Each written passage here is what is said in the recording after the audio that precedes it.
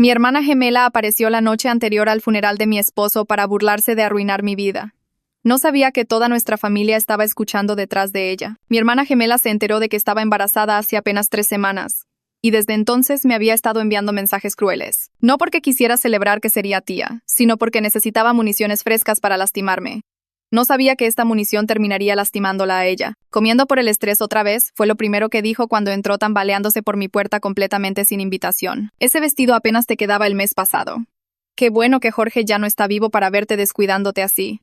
Mantuve mi rostro neutral aunque el estómago se me revolvió. Pude haber elegido llorar. Llorar de verdad.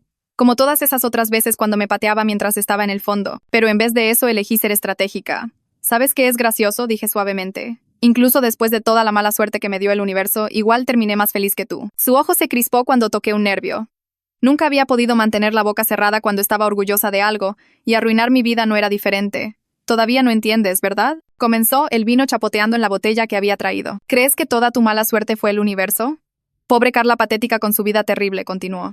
¿De qué hablas?, hice mi voz pequeña, vulnerable, fingiendo estar sorprendida. En realidad, este era el momento que había estado esperando 20 años. Bueno, para empezar, Miguel no te gosteó en la prepa. Sus palabras arrastrándose. Me acosté con él en tu cama usando tu perfume. Luego lo convencí de que habías estado engañándolo todo el tiempo. Todavía no puede mirarnos a ninguna de las dos. Eso es imposible. Susurré, lágrimas falsas formándose en mis ojos. Estabas en casa de mamá ese fin de semana. Estabas ayudándola con su cirugía. Ay, mija, de verdad eres bien lenta. Estaba disfrutando burlarse de mí, pensando que estábamos solas, pensando que yo estaba realmente destrozada y no a minutos de quitarle todo lo que le importa. ¿Recuerdas cuando perdiste al bebé a las 16 semanas? Ahora prácticamente brillaba. Qué raro que pasó justo después de que te hice ese licuado especial. Agarré el respaldo del sillón, mis nudillos blancos. ¿Cómo?, pregunté, haciendo que mi voz se quebrara, continuando mi actuación cuidadosamente elaborada. ¿Cómo te saliste con la tuya con todo esto? Mamá y papá siempre toman tu lado, pero seguramente alguien se habría dado cuenta. ¿Lo mejor? Seguía radiante. Ser tu gemela significa que puedo ser tú en cualquier lugar. Así que no importa lo que haga, mamá sigue pensando que soy el angelito. ¿Recuerdas cuando mi hijo le dijo a mamá que te vio robar de su bolsa? Lo entrené por una semana. Le daba helado cada vez que practicaba la mentira. Hasta mi idiota esposo piensa que soy perfecta. Estás mintiendo, susurré, haciendo mi papel. No harías eso. No podrías haberlo hecho. Al menos mi esposo Jorge me amaba. Dije en voz baja. Al menos tuve eso, una persona que realmente me conocía. Su cara se oscureció, salvaje. Luego se inclinó cerca, su aliento caliente en mi cara y dijo las palabras que nos rompieron a ambas. ¿Quieres saber la mejor parte?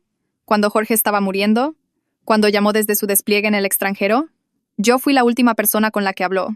Le dije que ya estaba saliendo con otro. Murió pensando que no lo amabas. El mundo se detuvo.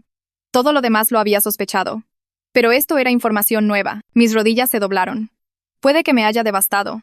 Pero también acababa de poner el último clavo en su propio ataúd. ¿Qué pasa?, se estaba riendo. ¿Finalmente encontré el que dolió? Ya sabía que finalmente les mostrarías quién eres en realidad. Mi voz estaba hueca mientras caminaba hacia la puerta principal. 28 años habían llevado a este momento. 28 años de que me llamaran loca. ¿A dónde vas?, gritó divertida. ¿No puedes manejar la verdad? ¿Huyendo como siempre? Abrí la puerta y la luz del porche los iluminó a todos.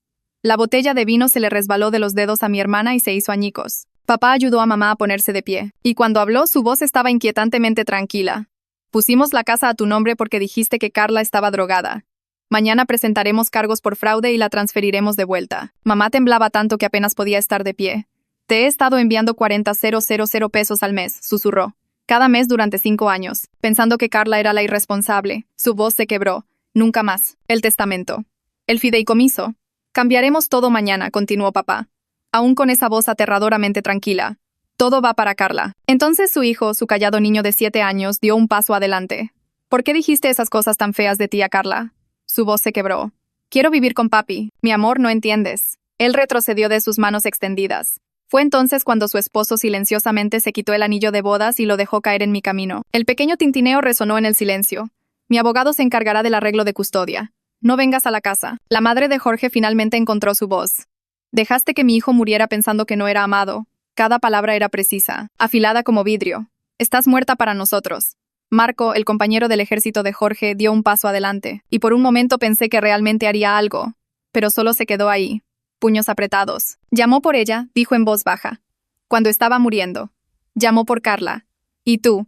Mi hermana se quedó ahí parada en el vidrio roto, balanceándose ligeramente.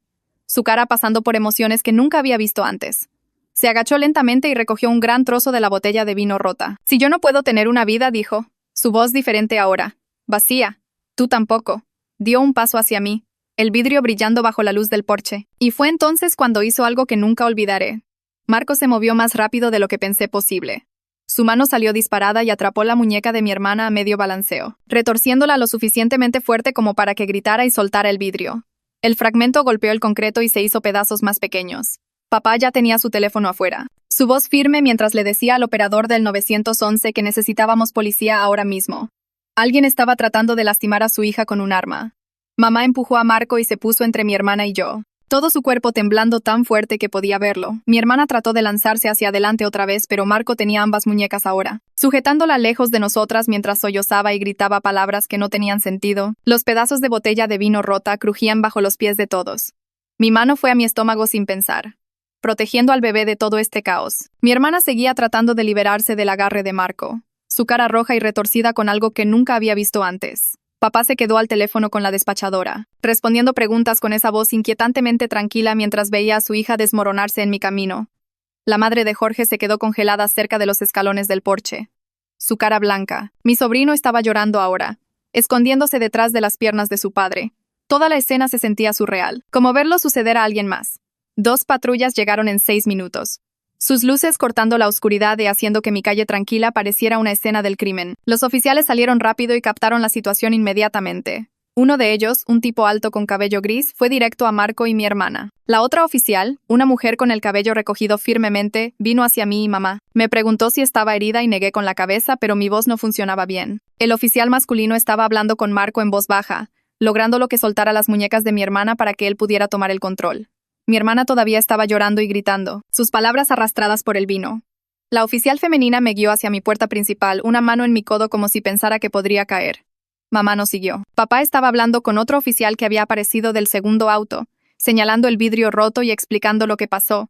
Lo escuché usar las palabras asalto y arma, y eso hizo que todo se sintiera más real. La oficial preguntó si podíamos entrar, para que pudiera tomar una declaración lejos de todo el caos. Mis piernas se sentían temblorosas subiendo mis propios escalones del porche. Dentro de mi casa, la oficial me trajo un vaso de agua de mi cocina sin preguntar dónde estaban las cosas. No pude sostenerlo firmemente. El agua chapoteaba contra los lados mientras mis manos temblaban. Se sentó frente a mí en mi mesa del comedor y sacó una pequeña libreta. Mamá se paró cerca de la entrada, sus brazos envueltos alrededor de sí misma. La oficial me pidió que le contara lo que pasó, comenzando desde el principio.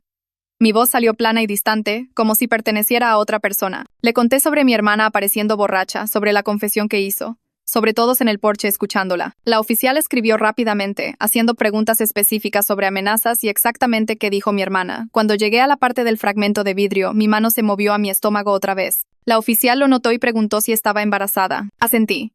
Hizo una nota de eso, subrayando algo. Luego preguntó si tenía cámaras de seguridad. La pregunta me golpeó como electricidad. Mi Ring doorbell. Había estado grabando todo. Saqué mi teléfono con manos temblorosas y abrí la app. La oficial movió su silla junto a la mía para poder ver la pantalla. Ahí estaba, con marca de tiempo y todo. La voz de mi hermana saliendo perfectamente clara, confesando haber envenenado mi licuado años atrás, sabotear mis relaciones. Mentirle a Jorge antes de que muriera. Cada palabra cruel capturada en audio perfecto. Toda la actitud de la oficial cambió. Preguntó si podía usar mi teléfono para llamar a alguien y se lo entregué. Se alejó y habló en voz baja con quien contestó. La escuché decir confesión grabada y múltiples cargos potenciales y necesito un detective aquí ahora. Regresó y explicó que este video era evidencia crucial para construir un caso contra mi hermana. Preguntó si estaría dispuesta a proporcionarlo oficialmente y dije que sí inmediatamente. En 1 hora, un detective apareció en mi puerta. Era mayor, tal vez 50, con ojos cansados y una forma tranquila de moverse que me hizo sentir más segura. Se presentó como el detective Héctor Ballesteros y pidió permiso para entrar. Se sentó en mi mesa y escuchó toda la historia otra vez, tomando sus propias notas. Luego pidió ver el video del Ring. Lo saqué y lo vi mirarlo. Su cara permaneciendo neutral incluso cuando mi hermana confesó las peores cosas. Preguntó si podía descargar el video a un dispositivo oficial para evidencia. Acepté sin dudar.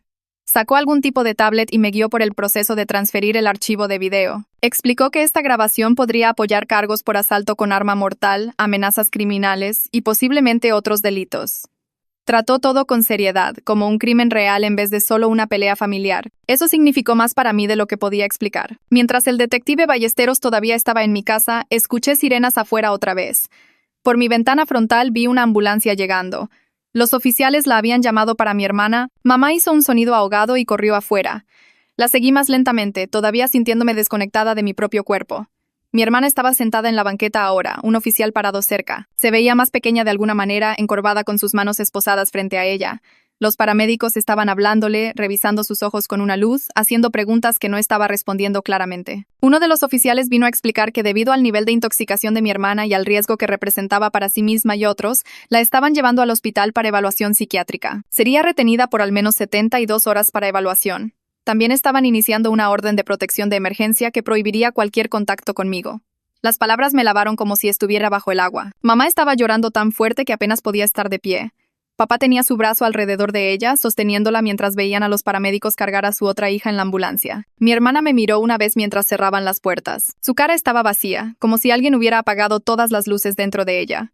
La ambulancia se fue con sus luces aún parpadeando, pero sin sirena. Después de que la ambulancia se fue, la madre de Jorge se acercó a mí cuidadosamente. Su cara todavía se veía congelada en shock. Preguntó en voz baja si podía entrar a hablar. Asentí y la dejé entrar a mi casa. Marco siguió unos pasos atrás, posicionándose cerca de la entrada como un guardia. Nos sentamos en mi sala, la misma sala donde había estado sentada 1000 veces antes, pero todo se sentía diferente ahora. Las manos de la madre de Jorge se retorcían en su regazo. Luego comenzó a disculparse, por cada palabra fría que me había dicho después de que Jorge murió, por cada acusación, por cada momento que me había culpado en vez de apoyarme, por creer que había pasado página cuando él estaba muriendo. Las palabras salieron rotas por las lágrimas. Yo también comencé a llorar, finalmente capaz de hacer duelo con alguien que amaba a Jorge tanto como yo. Me contó sobre la llamada telefónica, cómo mi hermana había contestado mi teléfono y le dijo a Jorge que estaba afuera con otra persona, que había estado viendo a otras personas mientras él estaba desplegado, cómo Jorge había estado confundido y herido, pidiendo hablar conmigo directamente. Pero mi hermana dijo que yo no quería hablar con él. Cómo esa mentira había envenenado sus últimas horas. Lloramos juntas en mi sofá, Marco parado en silencio vigilando, hasta que ambas estábamos vacías. Alrededor de medianoche, mi excuñado llevó a mi sobrino a casa. El niño estaba exhausto y asustado, sus ojos rojos de llorar. Antes de irse, mi excuñado me llevó aparte. Habló en voz baja para que su hijo no escuchara. Estaba solicitando custodia de emergencia por la mañana. Preguntó si estaría dispuesta a proporcionar una declaración apoyando su petición. Acepté inmediatamente. Mi sobrino necesitaba estabilidad y seguridad, no el caos que mi hermana traería a su vida. Los vi caminar a su carro, mi sobrino sosteniendo la mano de su padre fuerte. El niño me miró una vez antes de subir, su cara confundida y triste. Saludé y él saludó de vuelta. Luego se fueron y mi calle estaba tranquila otra vez excepto por la última patrulla alejándose. Apenas dormí esa noche. Me acosté en la cama con una mano en mi vientre, sintiendo al bebé moverse y patear.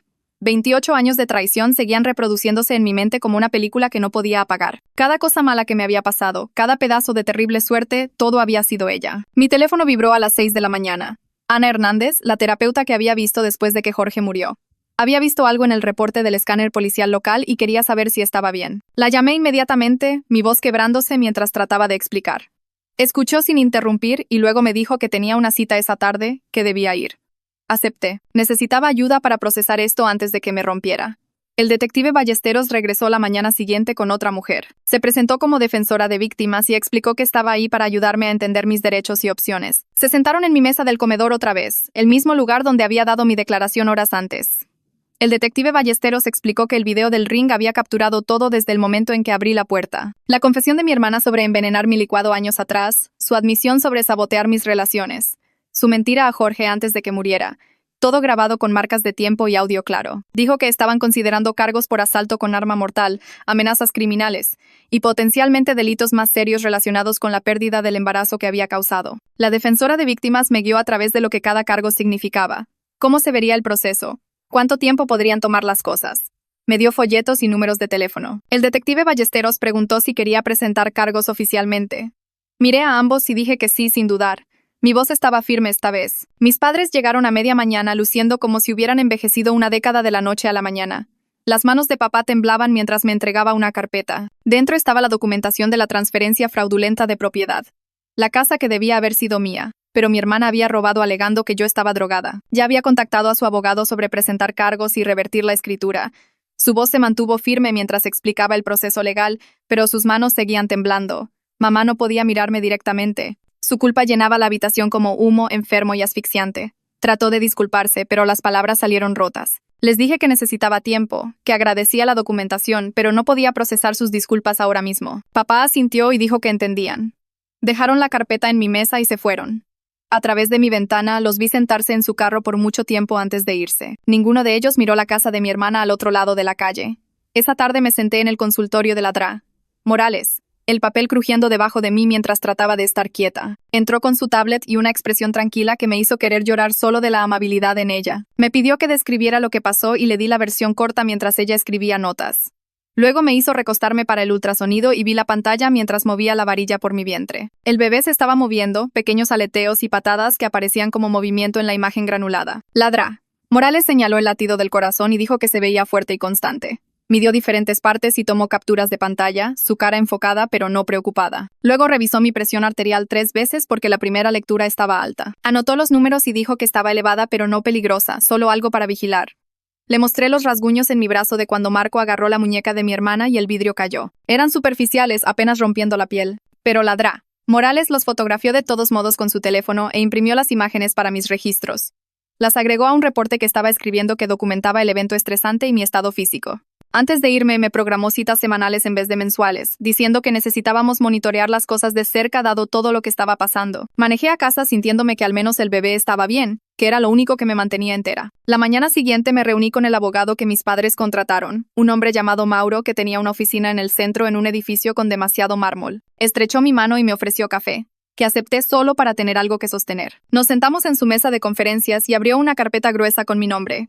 Explicó que manejaría tanto la coordinación del caso criminal como los remedios civiles para el fraude de propiedad. Su voz era firme y profesional mientras me guiaba por lo que cada proceso implicaría. El caso criminal estaba en manos de la fiscalía, pero él coordinaría con ellos y representaría mis intereses. El fraude de propiedad era un asunto civil separado que tomaría meses resolver a través de los tribunales. Fue claro sobre que el cronograma sería largo y el proceso sería duro emocionalmente para mí, pero dijo que la evidencia era abrumadora, especialmente con el video del timbre y múltiples testigos. Firmé papeles autorizándolo a coordinar con el detective Ballesteros y representarme en todos los asuntos legales.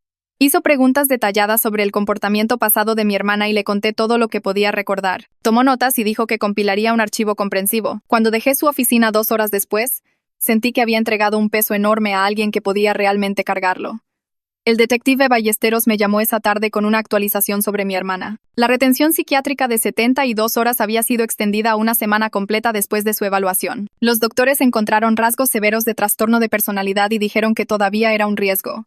Su abogado, alguien llamado Poderes, había contactado a Mauro tratando de establecer algún tipo de negociación. Le dije a Mauro en una llamada rápida que rechazaba todo contacto excepto a través de consejo legal. Sin llamadas, sin cartas, sin mensajes a través de familia, nada.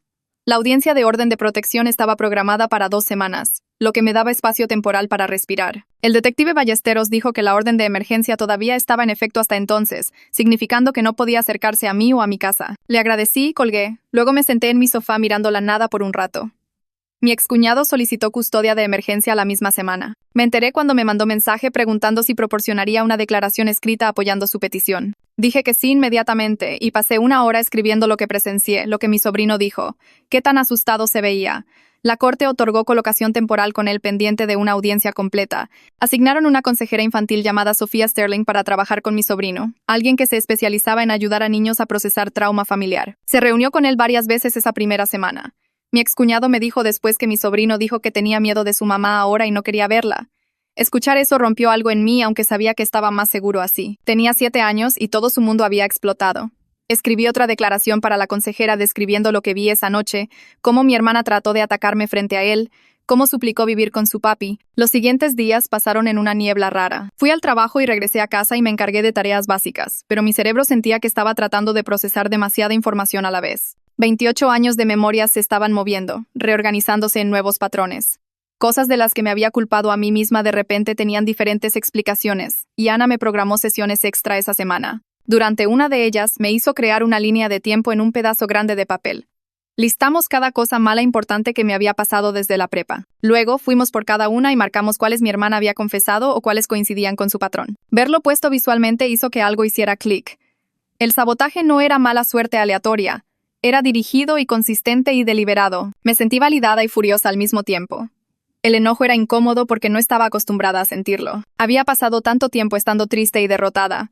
pero Ana dijo que el enojo era saludable y necesario, que necesitaba sentirlo en vez de empujarlo hacia abajo. El detective Ballesteros llamó otra vez unos días después. Dijo que estaban avanzando con cargos por asalto con arma mortal y amenazas criminales. También estaban investigando la pérdida del embarazo como potencial asalto causando lesión. La oficina del fiscal estaba revisando la grabación de la confesión para determinar si era admisible y qué otros cargos podrían aplicar. Preguntó si quería presentar cargos formalmente y dije que sí, sin dudar. Mi voz se mantuvo firme mientras daba consentimiento para perseguir cada vía legal disponible. Dijo que alguien de la oficina del fiscal me contactaría pronto para repasar mis opciones y qué esperar. Después de colgar, me senté en mi mesa de cocina y lloré por primera vez desde esa noche. No llorar triste, llorar enojada, del tipo que te deja temblando y exhausta. Marco me mandó mensaje preguntando si podía visitar. Dije que sí y vino a la tarde siguiente cargando una caja de cartón. La puso en mi mesa de centro cuidadosamente y dijo que la madre de Jorge quería que la tuviera. Dentro estaban las cosas personales de Jorge de su despliegue, cartas que había escrito pero nunca enviado, docenas de ellas en su letra, fotos de nuestra boda que había guardado con él, sus placas de identificación en la cadena que siempre usaba. Tomé las cartas con manos temblorosas y Marco dijo que no tenía que leerlas ahora, pero luego comenzó a contarme historias sobre las últimas semanas de Jorge. Cómo hablaba de mí constantemente. Cómo contaba los días hasta que pudiera volver a casa. Cómo le mostraba a todos las fotos de nuestra boda y presumía sobre su esposa. La voz de Marco se quebró cuando dijo que Jorge llamó por mí cuando estaba muriendo. No por su mamá ni nadie más, por mí.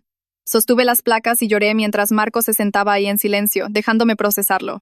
El video del timbre fue formalmente ingresado en evidencia esa misma semana. Un equipo técnico verificó su autenticidad y creó algo llamado certificación de cadena de custodia. Mauro llamó para explicar que esta grabación era evidencia devastadora porque mi hermana había confesado crímenes específicos con múltiples testigos presentes que podían respaldar lo que escucharon. La fiscalía estaba construyendo un caso que iba más allá de simple asalto. Estaban mirando un patrón de comportamiento criminal a largo plazo. Robo de identidad. Fraude. Daño intencional. La grabación capturó todo con marcas de tiempo y audio claro. Mauro dijo que este era el tipo de evidencia que podía apoyar múltiples cargos y hacer un acuerdo más probable porque ir a juicio sería suicidio para su defensa. Mis padres se reunieron con su asesor financiero para documentar todo lo que le habían enviado a mi hermana durante 5 años. Sumaba 2,400,000 pesos. Dinero que pensaban que me estaba llegando a mí para ayudarme a recuperarme después de que Jorge murió. Papá estaba persiguiendo cargos por fraude por la transferencia de propiedad y exigiendo restitución completa. Me llamó después de la reunión y dijo que tenían todo documentado y listo para presentar. Luego puso a mamá en el teléfono. Se disculpó a través de sollozos tan fuerte que apenas podía entenderla. Dijo que lo sentía por creer las mentiras, por no protegerme, por elegir a mi hermana sobre mí una y otra vez. No sabía qué decir, así que solo escuché hasta que dejó de hablar. Luego le dije que necesitaba tiempo para procesar todo. Dijo que entendía y que me amaba. Le dije que yo también la amaba. Lo cual era verdad aunque todavía estaba enojada. Pasé esa noche navegando por Facebook hasta que encontré el perfil de Miguel, mi novio de prepa que me ghosteó en último año. Miré su página por mucho tiempo antes de escribir un mensaje. Lo mantuve simple, preguntando si estaría dispuesto a hablar sobre lo que pasó entre nosotros en ese entonces. Expliqué que recientemente había aprendido algunas cosas y necesitaba entender qué pasó realmente. Lo envié antes de poder pensarlo demasiado. Respondió en 1 hora. Dijo que se había preguntado por años si alguna vez aprendería la verdad. Dijo que estaría feliz de verme para un café ese fin de semana y explicar todo. Acepté y pusimos hora y lugar. Luego cerré mi laptop y me senté en la oscuridad pensando en cuántas mentiras todavía estaba descubriendo. Ese sábado entré a la cafetería 15 minutos antes y escogí una mesa de esquina donde podía ver la puerta. Miguel llegó justo a tiempo cargando una carpeta manila que se veía lo suficientemente gruesa como para contener años de secretos. Se veía mayor, pero lo reconocí enseguida. Mismo cabello oscuro y hábito nervioso de ajustar sus lentes. Se sentó frente a mí y abrió la carpeta sin charla trivial. Dentro estaban mensajes de Facebook impresos, capturas de pantalla de textos y fotos que nunca había visto antes. Los extendió por la mesa entre nosotros y señaló un hilo de conversación de hace 10 años. Los mensajes mostraban a mi hermana usando mi nombre y foto de perfil, hablando con Miguel sobre engancharse con otra persona. Sacó otro impreso mostrando la metadata, probando que los mensajes venían de su dirección IP, no la mía. Luego me mostró fotos de nosotros de prepa, y en 3 de ellas podías ver a mi hermana en el fondo mirándonos. Explicó cómo ella apareció en su dormitorio ese fin de semana usando el mismo perfume que yo siempre usaba, cómo sabía cosas que solo yo debía saber, cómo lo convenció de que había estado engañándolo con su compañero de cuarto. Dijo que terminó las cosas sin siquiera hablar conmigo porque estaba herido y enojado. Luego me mostró los mensajes de texto falsos que había creado, capturas que parecían venir de mi teléfono, pero las marcas de tiempo no coincidían con cuando realmente tenía mi teléfono. Había guardado todo porque algo se sentía mal sobre toda la situación, pero no podía descubrir qué. Ahora sabía que ella había pretendido ser yo y destruido nuestra relación a propósito. Tomé fotos de todo con mi teléfono y pregunté si podía quedarme con los originales. Dijo que sí y se disculpó 3 veces más por creer sus mentiras.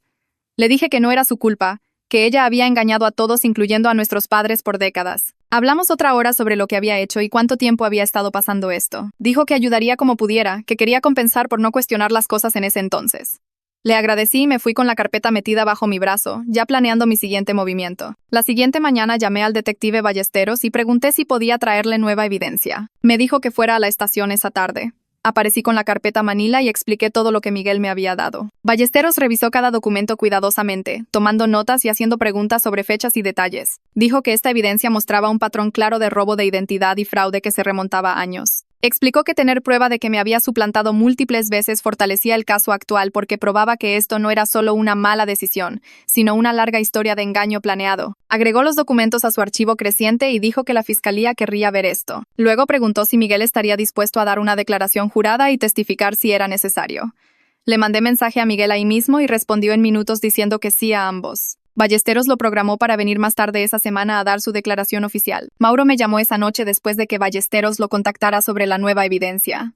Dijo que este tipo de documentación histórica era exactamente lo que necesitaban para construir un caso fuerte. Mostraba que mi hermana había estado saboteando sistemáticamente mi vida por años, no solo actuando en un momento de crisis. Explicó que evidencia de patrón hacía más difícil para su abogado alegar que solo estaba teniendo un episodio de salud mental o que la confesión del Porsche fue exagerada. Esta era prueba documentada de comportamiento criminal deliberado y repetido a través del tiempo. 2 semanas después del ataque me senté en la sala del tribunal con Mauro mientras mi hermana aparecía en una pantalla de video desde la instalación psiquiátrica. Su cabello estaba recogido y usaba una camisa gris lisa, viéndose más pequeña y más callada de lo que nunca la había visto. El juez revisó primero el video de la cámara del timbre, viendo toda la confesión y ataque intentado sin ninguna expresión en su cara. Luego leyó las declaraciones de testigos de mamá, papá, la madre de Jorge, Marco y mi excuñado. El abogado de mi hermana argumentó que estaba severamente enferma mental y necesitaba tratamiento, no castigo. Que poner una orden de protección en su lugar interferiría con su recuperación y reconciliación familiar. El juez lo cortó y dijo que el tratamiento de salud mental y las consecuencias legales no eran mutuamente excluyentes. Otorgó una orden de alejamiento de 1 año prohibiendo cualquier contacto conmigo directa o indirectamente, sin acercarse a 150 metros de mi casa o lugar de trabajo, sin llamadas telefónicas o mensajes o contacto en redes sociales. Mi hermana comenzó a llorar en la pantalla de video, pero el juez lo ignoró y pasó al siguiente caso. Mauro me acompañó afuera y dijo que este era un buen resultado, que tener la orden en su lugar me daba protección legal si intentaba algo. Me sentí aliviada y exhausta al mismo tiempo. Mi hermana fue liberada de la retención psiquiátrica 3 días después, pero no a la libertad. Tenía que entrar a un programa de tratamiento ambulatorio requerido con reglas estrictas, incluyendo terapia cada semana, tomar sus medicamentos y pruebas de drogas aleatorias para asegurar que estaba siguiendo. No se le permitió regresar a su casa porque mi excuñado tenía su propia orden de protección para él y su hijo. Eso significaba que tenía que vivir con mamá y papá temporalmente. Mamá me llamó el día después de que se mudó y dijo que se sentía raro e incómodo tenerla ahí. Dijo que era como vivir con una extraña que casualmente se veía exactamente como alguien que solía conocer. Papá tomó el teléfono y me dijo que habían establecido reglas incluyendo nada de alcohol en la casa, no salir sin decirles dónde y sesiones de terapia familiar semanales. Sonaba cansado y triste, como si hubiera envejecido 10 años en 2 semanas. No sentí pena por ellos exactamente, pero entendí que estaban lidiando con su propia versión de duelo, lamentando la hija que pensaron que tenían. 3 semanas después de que todo pasó, me senté en otra sala de tribunal para la audiencia de custodia. Sofía Sterling, la consejera infantil que había estado trabajando con mi sobrino, dio un reporte detallado al juez. Dijo que mi sobrino le había dicho múltiples veces que se sentía asustado de su madre ahora y no quería verla. Recomendó que la custodia primaria fuera al padre con visitas supervisadas para mi hermana solo 2 veces al mes en un centro familiar. Las visitas dependerían de que se mantuviera en tratamiento y obtuviera buenos reportes de su terapeuta. Había enviado una declaración escrita apoyando la solicitud de custodia de mi excuñado. En ella, describí la confesión, el ataque y mis preocupaciones sobre la seguridad de mi sobrino basadas en todo lo que mi hermana había admitido hacer. El juez leyó mi declaración en voz alta en la corte, y el abogado de mi hermana objetó, pero el juez lo rechazó. Luego el juez otorgó custodia primaria a mi excuñado exactamente como Sofía Sterling había recomendado. Mi hermana obtendría 2 visitas supervisadas al mes comenzando en 30 días, pero solo si su equipo de tratamiento decía que estaba lo suficientemente estable. No podía llevar a mi sobrino a ningún lugar sola, y no podía discutir el caso o decir cosas malas sobre nadie en la familia durante las visitas. Si rompía cualquier regla, las visitas se detendrían inmediatamente. Mi excuñado se veía aliviado cuando el juez hizo la orden final. Estaba contenta de que mi sobrino estuviera seguro y tuviera estabilidad mientras todo lo demás era caos. La madre de Jorge me llamó unos días después de la audiencia de custodia y preguntó si me reuniría con ella para almorzar. Nos vimos en un restaurante tranquilo y terminamos hablando por 3 horas. Lloró, y yo lloré, y nos tomamos de las manos sobre la mesa como solíamos hacer antes de que Jorge muriera. Me contó cómo la mentira sobre que yo estaba pasando página había envenenado todo para ella. Cómo había pasado 2 años enojada conmigo en vez de apoyarme a través de nuestro duelo compartido. Dijo que me había culpado por no estar ahí cuando Jorge murió, por no pelear más fuerte para hablar con él una última vez, por aparentemente superarlo tan rápido. Ahora sabía que nada de eso era verdad. Ahora sabía que mi hermana había destruido deliberadamente la única relación que podría habernos ayudado a ambas sanar. Hablamos sobre Jorge por horas, compartiendo memorias e historias y todas las cosas que extrañábamos de él. Me mostró fotos en su teléfono que nunca había visto, fotos de su niñez y su tiempo en el ejército. Acordamos reunirnos regularmente, tal vez una vez a la semana para café o almuerzo, para mantener su memoria viva entre nosotras. Luego preguntó si podía estar involucrada con el bebé, si podía ser abuela del hijo de su hijo. Dije que sí inmediatamente porque quería que mi hija conociera a su padre a través de la persona que lo amó primero. Nos abrazamos en el estacionamiento antes de irnos y se sintió como si algo roto estuviera empezando a sanar. Ahora tenía 16 semanas de embarazo y empezando a mostrar lo suficiente como para que no pudiera ocultarlo más.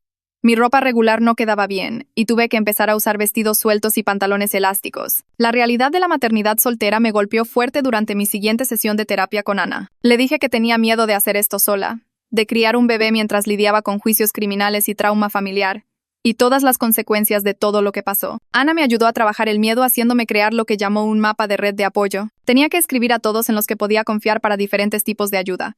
Me sorprendió cuántos nombres escribí. La madre de Jorge para apoyo emocional y consejo de bebés, Marco para ayuda práctica y perspectiva masculina, mis padres para respaldo financiero y cuidado de niños, mi excuñado para entender cómo era lidiar con la destrucción de mi hermana, Ana misma para terapia y procesamiento, mis compañeros de trabajo para flexibilidad laboral. Miré la lista y me di cuenta de que no estaba tan sola como me sentía.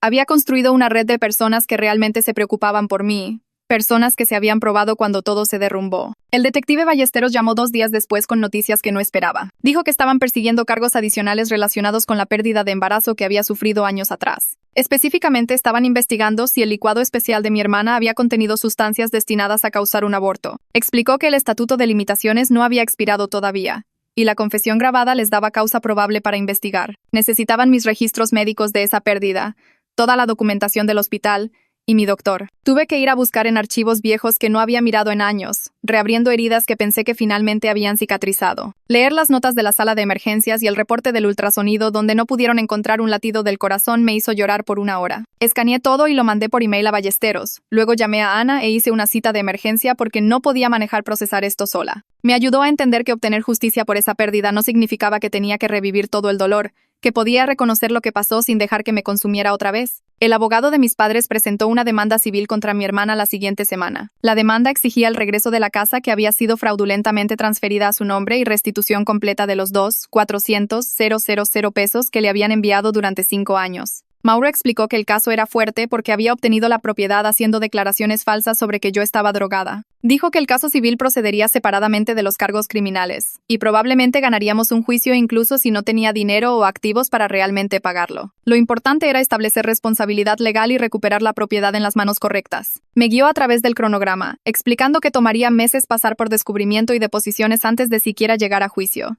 Le dije que entendía y que estaba en esto a largo plazo. Quería cada remedio legal disponible, cada consecuencia que le correspondía. No por venganza exactamente, sino por responsabilidad, por prueba de que las acciones tienen consecuencias y no puedes simplemente destruir personas sin enfrentar justicia. Esa noche saqué diarios viejos y emails que se remontaban 10 años. Los revisé todos sistemáticamente, buscando incidentes que siempre había culpado a mala suerte o mis propios fracasos. Ahora entendía que eran sabotaje deliberado y quería encontrar la evidencia. Encontré un email de un trabajo que no conseguí, diciendo que habían recibido información preocupante sobre mí durante la verificación de referencias. Encontré entradas de diario sobre amigos que de repente dejaron de hablarme por razones que nunca entendí. Encontré documentación de un accidente de auto donde el mecánico dijo que mi línea de frenos parecía haber sido deliberadamente cortada, pero pensé que estaba equivocado. Encontré registros médicos de intoxicación alimentaria que me envió a la sala de emergencias la noche antes de una presentación importante. Patrón tras patrón emergió mientras revisaba años de documentación.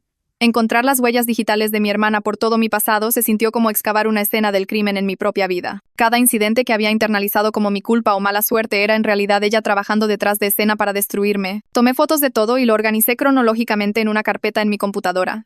Luego llamé al detective Ballesteros y le dije que tenía más evidencia para agregar a su archivo. Dijo que la llevara a la estación al día siguiente. Pasé el resto de la noche revisando más cajas, encontrando más prueba, construyendo un cuadro completo de décadas de robo de identidad, fraude y daño intencional. Para cuando terminé era pasada la medianoche y había documentado más de 40 incidentes separados donde había saboteado mi vida. 40 veces que había pretendido ser yo, mentido sobre mí o directamente me había dañado mientras todos pensaban que solo era mala suerte o incompetencia. La evidencia era abrumadora y el detective Ballesteros estaba construyendo un caso que mostraría exactamente quién era mi hermana realmente. 3 semanas después de que entregué toda la evidencia al detective Ballesteros, la oficina de la fiscalía me llamó para una reunión. Me sentaron en una sala de conferencias con iluminación fluorescente dura y me dijeron que estaban avanzando con cargos contra mi hermana por asalto con arma mortal, amenazas criminales, robo de identidad y fraude. El fiscal explicó que todavía estaban investigando la pérdida de embarazo de años atrás, pero probar que ella intentó causar daño con ese licuado era casi imposible a pesar de su confesión en cinta. La grabación les dio sus palabras,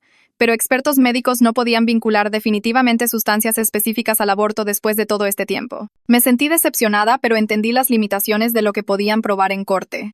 El abogado de mi hermana inmediatamente comenzó a llamar a Mauro tratando de negociar algún tipo de arreglo de culpabilidad, pero la fiscalía no estaba interesada en acuerdos todavía, dado cuántos crímenes había cometido durante un periodo tan largo. 2 días después, recibí una llamada de Ana pidiéndome venir para una sesión de emergencia porque el equipo de tratamiento de mi hermana había presentado un reporte a la corte. Cuando llegué a su oficina, Ana me mostró el documento explicando que mi hermana apenas estaba participando en su terapia obligatoria y se negaba a tomar responsabilidad por nada que había hecho. Según sus terapeutas, ahora estaba alegando que toda la confesión fue exagerada porque estaba borracha y que yo de alguna manera la había preparado y manipulado la situación para hacerla ver mal. Leer esas palabras hizo que mis manos temblaran de enojo porque todavía estaba mintiendo, todavía tratando de torcer la realidad para hacerse la víctima. Ana esperó hasta que terminé de leer antes de señalar algo que no había considerado. El hecho de que mi hermana estaba desviando la culpa y no mostrando remordimiento genuino en realidad ayudaba a nuestro caso porque demostraba al juez que no había aprendido nada y representaba un riesgo continuo. Las cortes toman la falta de remordimiento seriamente al decidir sentencias y duraciones de órdenes de protección. Me fui sintiéndome un poco mejor, entendiendo que su propio comportamiento estaba construyendo el caso contra ella más fuerte que cualquier evidencia que yo pudiera proporcionar. Ese fin de semana, 2 mensajes aparecieron en mi bandeja de entrada de Facebook de personas que no había escuchado en años.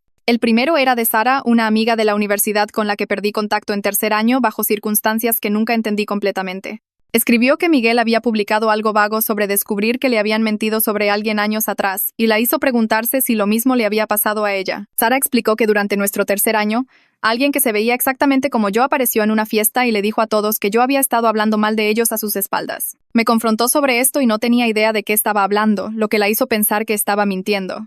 Ahora se daba cuenta de que había sido mi hermana gemela suplantándome y destruyendo mi amistad sistemáticamente. El segundo mensaje venía de David, alguien con quien había trabajado en una tienda hace 5 años. Dijo que había escuchado a través de amigos mutuos sobre lo que pasó y quería que supiera que mi hermana había llamado al gerente de la tienda pretendiendo ser yo, diciendo que renunciaba sin aviso. Aparecí para mi siguiente turno completamente confundida sobre por qué me habían despedido y el gerente me mostró el registro de llamadas con mi número de teléfono. Pensé que era algún tipo de error de facturación o falla del sistema. David había guardado el reporte del incidente, porque algo se sentía mal sobre toda la situación, y estaba dispuesto a proporcionarlo como evidencia si lo necesitaba. Reenvié ambos mensajes al detective Ballesteros y a Mauro, sintiéndome validada y devastada en igual medida. Cada nueva pieza de información revelaba cuán extensa había sido la campaña de mi hermana contra mí, abarcando décadas y tocando cada parte de mi vida. En mi cita de ultrasonido de 20 semanas, ladrá. Morales movió la varilla por mi vientre y me dijo que estaba teniendo una niña. Comencé a llorar ahí mismo en la mesa de examen, pensando en Jorge y cuánto le habría encantado tener una hija. Cuando llamé a la madre de Jorge esa noche para contarle, también lloró, lágrimas felices mezcladas con duelo por su hijo que nunca conocería a su hija. Hablamos por más de 1 hora sobre nombres de bebé y colores de cuarto, y preguntó si podía comprar la cuna como su regalo. Acepté inmediatamente, conmovida por cuánto quería estar involucrada y contribuir a la vida de su nieta. Empezamos a planear un pequeño baby shower juntas, solo familia cercana y amigos que me habían apoyado a través de todo, no la gran celebración que podría haber tenido en diferentes circunstancias. El siguiente martes, el abogado de mis padres presentó el papeleo final, y el juez firmó una orden revirtiendo la transferencia fraudulenta de propiedad. La casa que mi hermana había robado a través de mentiras sobre que yo estaba drogada estaba oficialmente devuelta a mi nombre. Se le ordenó desalojar en 30 días, pero como ya estaba viviendo con nuestros padres en su casa, No hubo drama físico involucrado en la transferencia. Papá vino esa misma tarde con un cerrajero y cambió todas las cerraduras de todos modos, entregándome el único juego de llaves en un gesto que se sintió más simbólico que práctico. No dijo mucho, solo me abrazó fuerte y me dijo que la casa siempre me había pertenecido y ahora el papeleo finalmente reflejaba esa verdad. La solicitud de divorcio de mi excuñado avanzó rápidamente una vez que su abogado envió el video de la cámara del timbre y documentación de la confesión de mi hermana. Estaba buscando custodia primaria de mi sobrino, con solo visitación supervisada de mi hermana, y su abogado usó los cargos criminales y órdenes de protección como evidencia de que ella representaba un riesgo para el bienestar de su hijo. Su abogado me contactó pidiendo otra declaración escrita, esta vez específicamente sobre mi sobrino, y por qué pensaba que la visitación supervisada era necesaria. Pasé toda una noche escribiendo 3 páginas sobre el incidente donde lo entrenó para mentir sobre que yo robaba, sobre cómo trató de atacarme frente a él, sobre la importancia de proteger su seguridad emocional durante este tiempo caótico. La envié a la corte sabiendo que estaba ayudando a quitarle una madre a su hijo, pero también sabiendo que ese niño merecía mejor de lo que ella podía ofrecer ahora mismo. El detective Ballesteros me llamó a la estación 6 semanas después de abrir su investigación sobre la pérdida de embarazo. Se sentó frente a mí en la misma sala de interrogatorios donde había dado mi declaración original y explicó que estaba cerrando ese aspecto particular del caso. Había consultado con 3 expertos médicos diferentes que dijeron lo mismo, que aunque ciertas sustancias podrían potencialmente causar aborto, probar intención específica y causación directa de un incidente años atrás era imposible. La confesión nos dio sus palabras admitiendo que había hecho algo a ese licuado, pero sin saber exactamente qué le puso o tener evidencia física, no había forma de construir un caso procesable. Me sentí decepcionada, pero entendí las limitaciones de lo que el sistema legal podía hacer.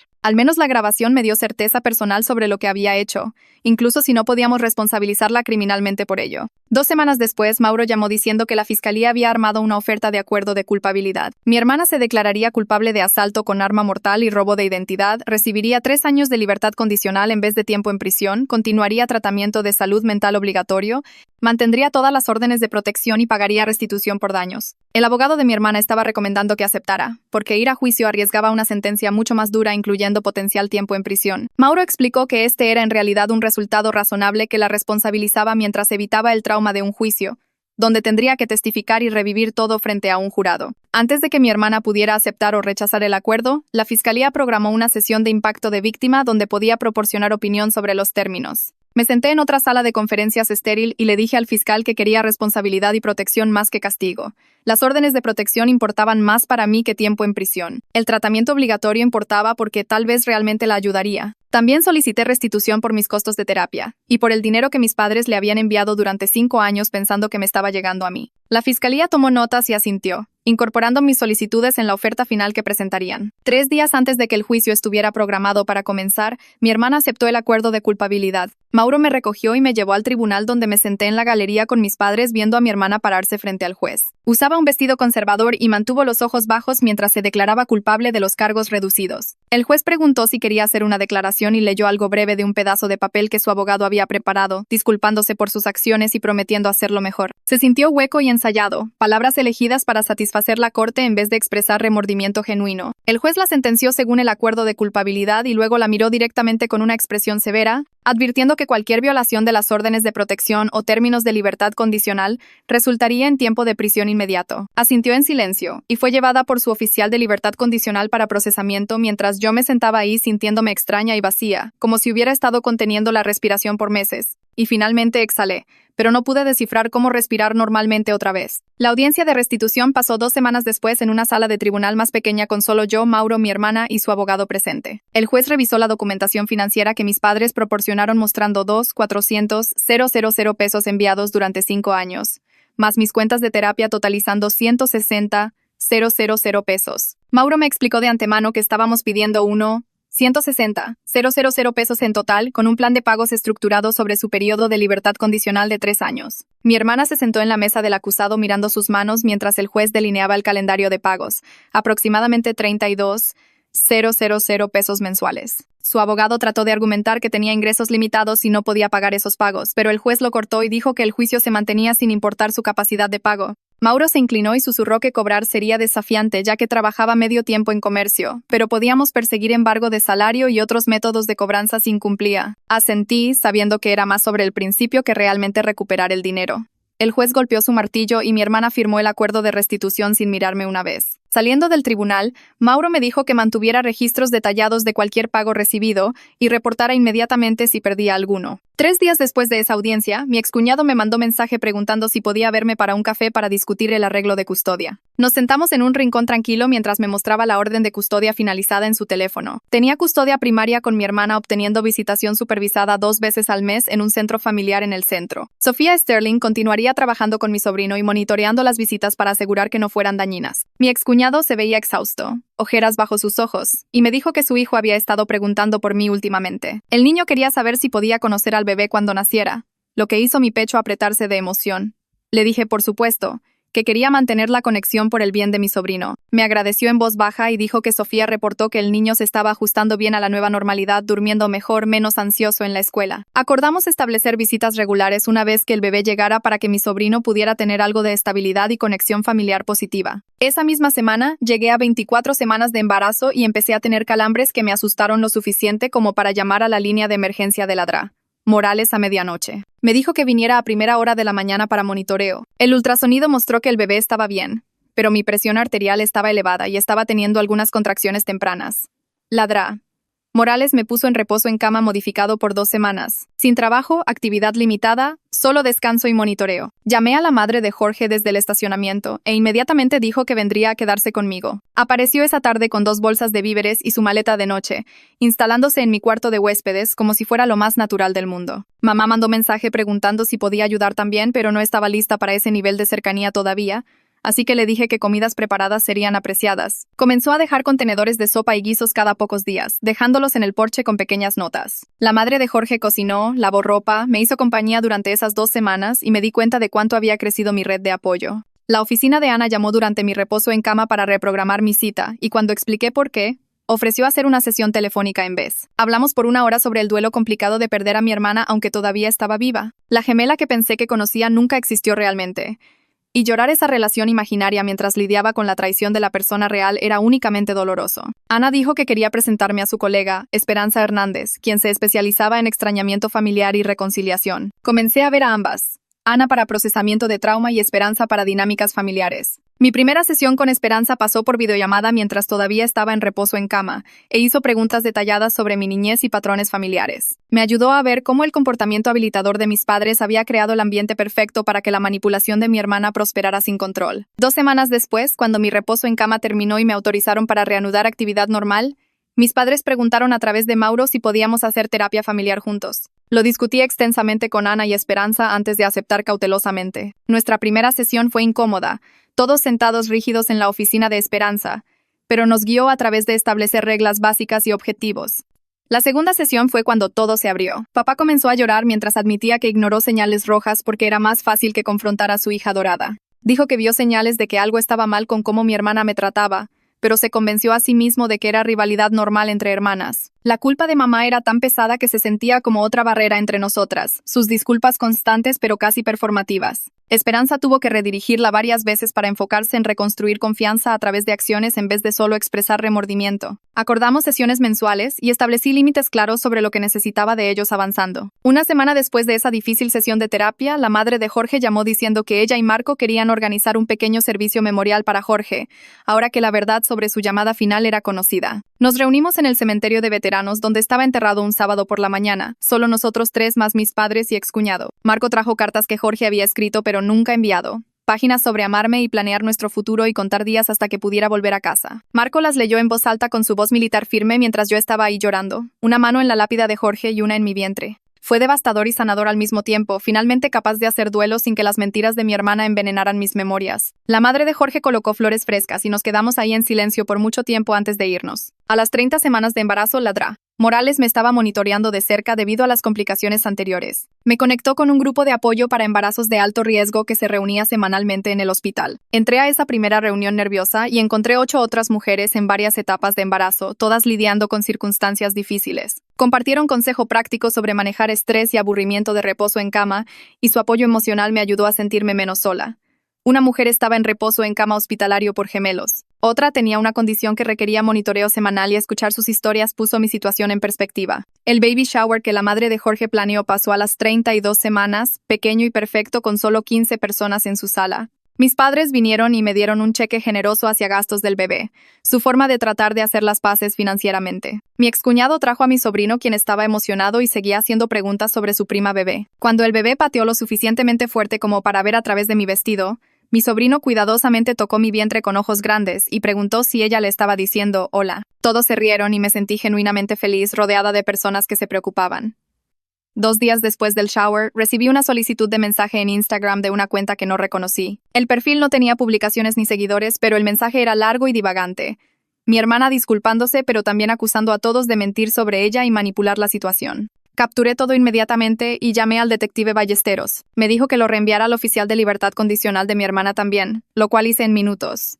La audiencia de violación pasó rápido. Mi hermana parada frente al mismo juez que la había sentenciado originalmente. Extendió su libertad condicional por 6 meses y ordenó monitoreo electrónico. Un brazalete GPS que tendría que usar constantemente. Su abogado se veía exhausto tratando de argumentar que solo había cometido un error, pero el juez no lo estaba aceptando. A las 34 semanas de embarazo, recibí una llamada de Sofía Sterling diciendo que la visitación supervisada de mi hermana había sido suspendida. Aparentemente, pasó toda la última sesión llorando y tratando de convencer a mi sobrino de que todos estaban mintiendo sobre ella, que yo la había preparado, que su papá los estaba manteniendo separados a propósito. Sofía dijo que era dañino para su progreso y recomendó suspensión de 90 días hasta que mi hermana demostrara estabilidad genuina. El juez de corte familiar aceptó, y mi excuñado me mandó mensaje después diciendo que su hijo parecía aliviado de no tener esas visitas colgando sobre él. 2 semanas después de la suspensión de visitación, mis padres completaron el proceso legal de cambiar sus documentos de testamento y fideicomiso. Papá vino con el papeleo para explicar todo, sus lentes de lectura resbalándose por su nariz mientras me guiaba por cada sección. Todo ahora iba para mí con provisiones específicas para mi hija y mi sobrino, protegiendo los futuros de ambos niños. Se sentó en mi mesa de cocina y me dijo que esto no era sobre castigar a mi hermana, sino sobre proteger activos familiares de alguien que había probado que no se le podía confiar dinero o responsabilidad. El abogado de mi hermana envió una carta formal de protesta al abogado de mis padres, alegando que los cambios fueron hechos bajo coacción, pero el abogado de papá respondió que mis padres tenían todo derecho legal de distribuir su patrimonio como quisieran. La protesta no fue a ningún lado porque no había nada ilegal sobre cambiar un testamento basado en nueva información sobre el carácter de un beneficiario. A las 37 semanas de embarazo me desperté a las 3 de la mañana con contracciones que se sentían diferentes de las de práctica que había estado teniendo. Las cronometré por 1 hora antes de llamar a la madre de Jorge, quien llegó a mi casa en 20 minutos todavía en pijama. Me llevó al hospital mientras usaba su teléfono para llamar a mis padres y Marco, sus manos firmes en el volante aunque podía ver la preocupación en su cara. El parto tomó 14 horas de trabajo duro que me dejó exhausta y temblando, pero a las 5:32 p.m. mi hija llegó saludable y gritando. Pesó 2.8 kilos, pequeña pero perfecta, con una cabeza llena de cabello oscuro como el de su padre. La nombré Jimena en honor a Jorge, y cuando la enfermera la puso en los brazos de la madre de Jorge por primera vez, ambas lloramos tan fuerte que apenas podíamos ver. Le susurró a su nieta sobre el papi que la habría amado tanto, y sentí el peso de todo lo que Jorge se estaba perdiendo caer sobre mí otra vez. Las primeras 2 semanas con Jimena fueron los días más difíciles de mi vida en una forma completamente diferente al trauma con mi hermana. La madre de Jorge se mudó a mi cuarto de huéspedes y me enseñó todo sobre horarios de alimentación, cambios de pañal y reconocer diferentes tipos de llanto. Me mostró cómo envolver a Jimena apretado para que se sintiera segura, cómo sacarle el aire apropiadamente, y cómo saber cuándo realmente tenía hambre versus solo inquieta. Mamá venía cada día trayendo contenedores de sopa y guisos, haciendo mi ropa sin que se lo pidieran y sosteniendo a Jimena para que pudiera ducharme. No empujaba para conversaciones emocionales, solo calladamente ayudaba con las cosas prácticas que hacían la supervivencia posible. Marco envió un paquete de cuidado enorme de su unidad del ejército con ropa de bebé, cobijas y una carta firmada por 20 tipos dándole la bienvenida a Jimena a su familia extendida. 3 semanas después de que Jimena nació, Mauro llamó para decirme que el abogado de mi hermana lo había contactado con una solicitud. Quería permiso para enviar un regalo para el bebé a través de su abogado como ofrenda de paz. Dije que no inmediatamente sin siquiera pensarlo, mi mano instintivamente moviéndose a donde Jimena dormía en su Moisés junto a mí. Le dije a Mauro que no estaba lista para ningún tipo de conexión entre mi hija y la persona que había tratado de dañarnos a ambas cuando estaba embarazada. La orden de protección todavía tenía 8 meses restantes, y planeaba mantener cada provisión por todo el tiempo. Tal vez algún día me sentiría diferente sobre que mi hermana estuviera en la vida de Jimena, pero ahora mismo proteger a mi hija era lo único que importaba. 3 meses después de dar a luz, regresé a trabajar medio tiempo en un horario que me permitía estar en casa 4 días a la semana. Jimena comenzó guardería 3 días a la semana en un centro a 2 cuadras de mi oficina.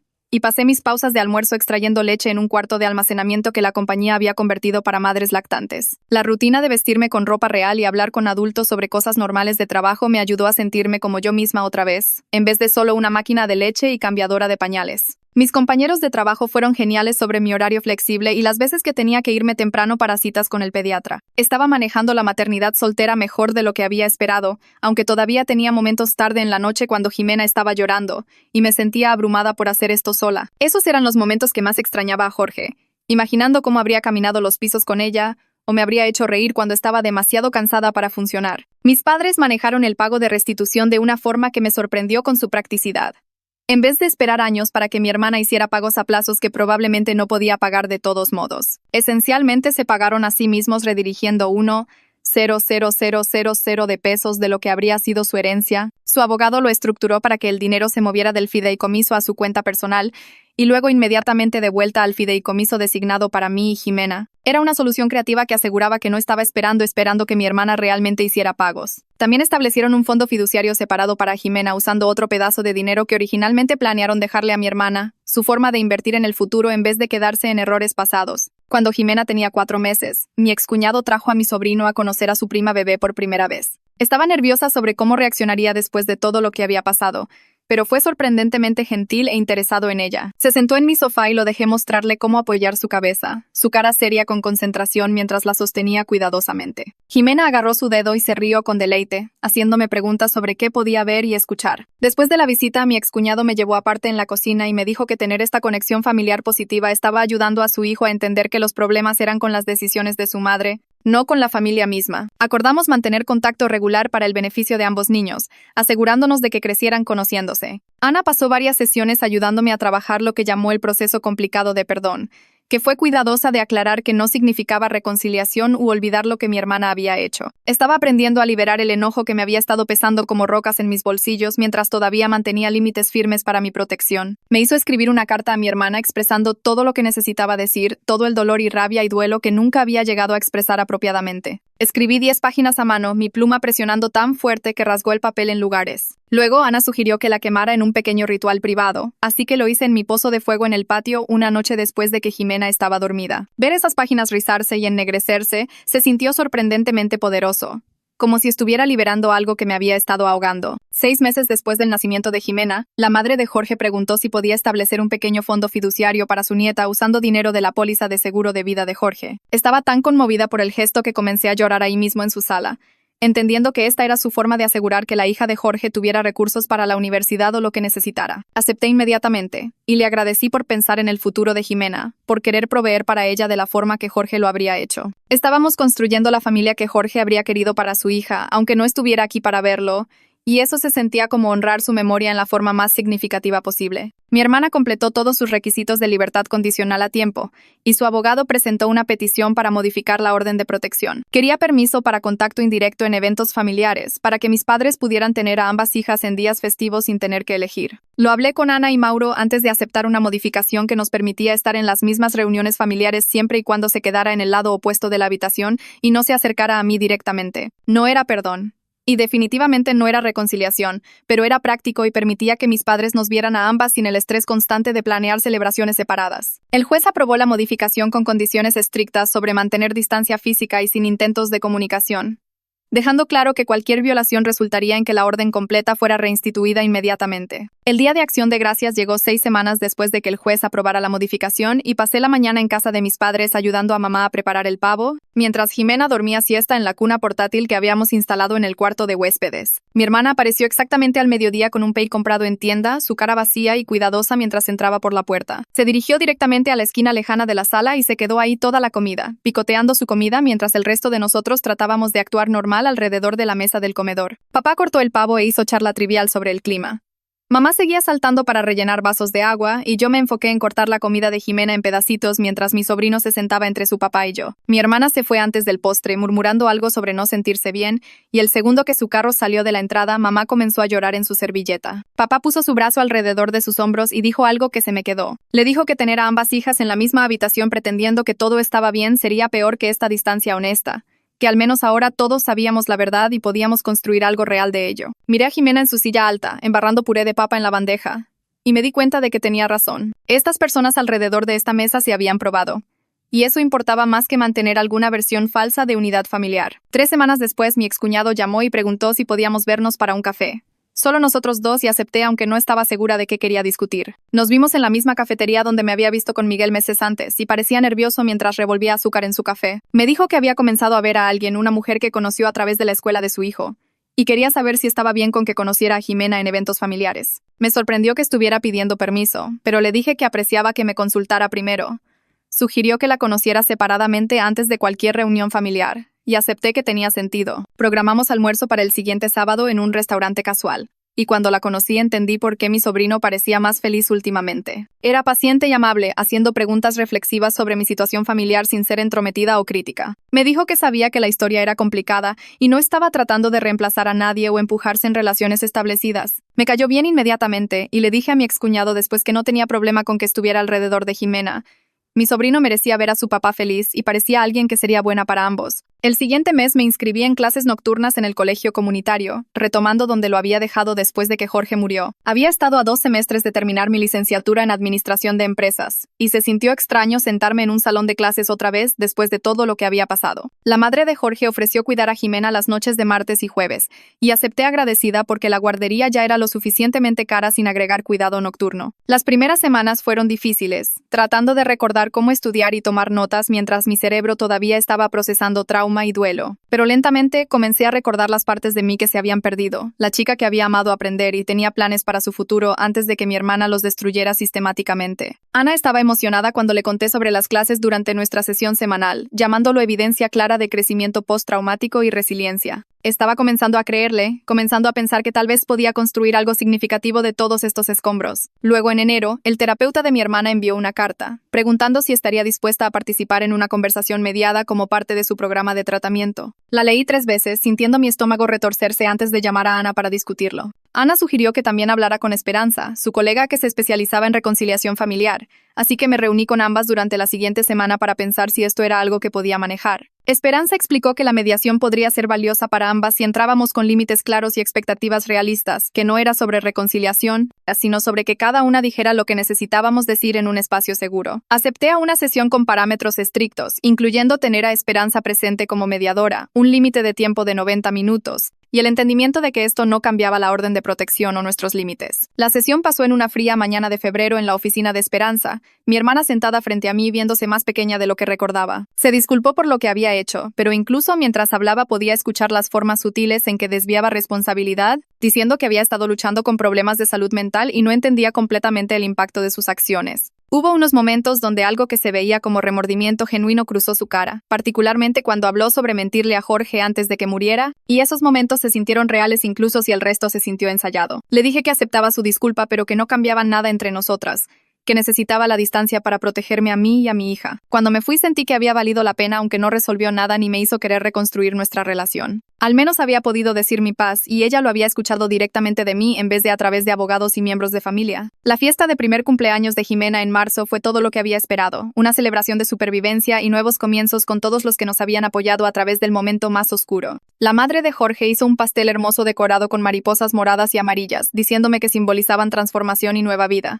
Mis padres aparecieron relajados y sonrientes, tan diferentes de las personas tensas caminando sobre cáscaras de huevo que habían sido durante mi niñez cuando siempre estaban manejando los humores y demandas de mi hermana. Marco voló desde su nueva estación de servicio en Georgia, trayendo un oso de peluche enorme y un álbum de fotos que había armado mostrando al papi de Jimena en su uniforme con sus compañeros del ejército. Se sentó conmigo después del pastel y contó historias sobre Jorge, las cosas graciosas que había dicho y hecho. La forma en que hablaba sobre volver a casa conmigo y comenzar nuestra familia. Dolió, pero era un buen dolor.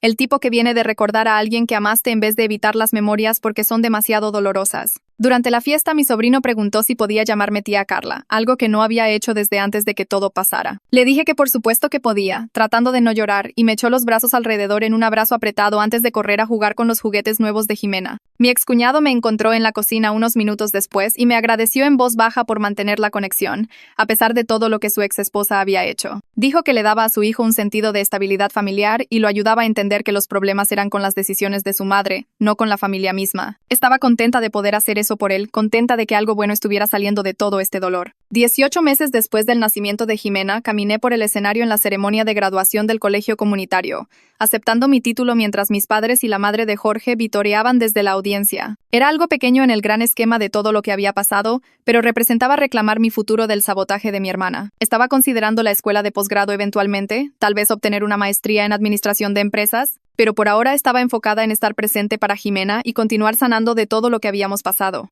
2 años después de esa noche en el porche, cuando mi hermana confesó todo, tenía un trabajo estable como gerente de oficina, una niña pequeña feliz que estaba empezando a hablar en oraciones completas y personas a mi alrededor que genuinamente me amaban y apoyaban. Mi relación con mis padres era mejor de lo que nunca había sido, construida sobre honestidad en vez de la ilusión que habían mantenido por tanto tiempo. La madre de Jorge era abuela para Jimena, apareciendo para cada hito y cita con el doctor. Y Marco era tío Marco quien enviaba tarjetas y regalos desde donde sea que el ejército lo estacionara. Mi hermana y yo manteníamos distancia cuidadosa en eventos familiares, quedándonos en lados opuestos de la habitación y yéndonos si las cosas se ponían demasiado incómodas. La orden de protección había expirado, pero la mantenía a distancia por elección ahora, no porque una corte dijera que tenía que hacerlo. Comencé a salir con alguien que conocí a través del trabajo hace unos 6 meses, un chavo del departamento de contabilidad que me invitó a almorzar un día, y de alguna manera me hizo reír a pesar de mi historia complicada.